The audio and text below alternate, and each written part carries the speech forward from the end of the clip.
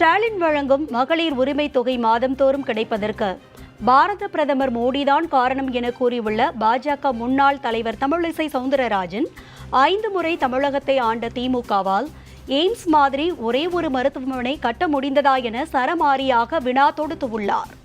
சென்னை சோழிங்கநல்லூரில் பாரத பிரதமர் மோடியின் 11 ஆண்டு கால நல்லாட்சி குறித்த கருத்தரங்கம் நடைபெற்றது. இதில் கலந்து கொண்டு பேசிய தமிழிசை சவுந்தரராஜன், இந்தியாவில் 50 கோடி மக்களுக்கு பாரத பிரதமரின் ஜன்தன் திட்டத்தின் கீழ் வங்கி கணக்கு தொடங்கப்பட்டு உள்ளதாகவும், தமிழகத்தில் ஸ்டாலின் வழங்கும் மகளிர் உரிமை தொகை போன்றவை மக்களின் அக்கவுண்டுக்கு வந்து விழுவதற்கு பாரத பிரதமரின் ஜன்தன் வங்கி கணக்குதான் காரணம் எனவும் தெரிவித்தார். அந்த அளவுக்கு தொலைநோக்கு பார்வையுடன் பாரத பிரதமர் செயலாற்றி வருவதாக கூறிய தமிழிசை, மதுரைக்கு வந்த அமித்ஷா எய்ம்ஸ் மருத்துவமனையை பார்வையிட்டாரா என முதலமைச்சர் கேட்டதை குறிப்பிட்டு, ஸ்டாலினை போல் அமித்ஷா கிடையாது எனவும், அவர் மணிப்பூர், காஷ்மீர் மோதல்களை நேரில் சென்று பார்ப்பவர் எனவும் பெருமிதம் தெரிவித்தார்.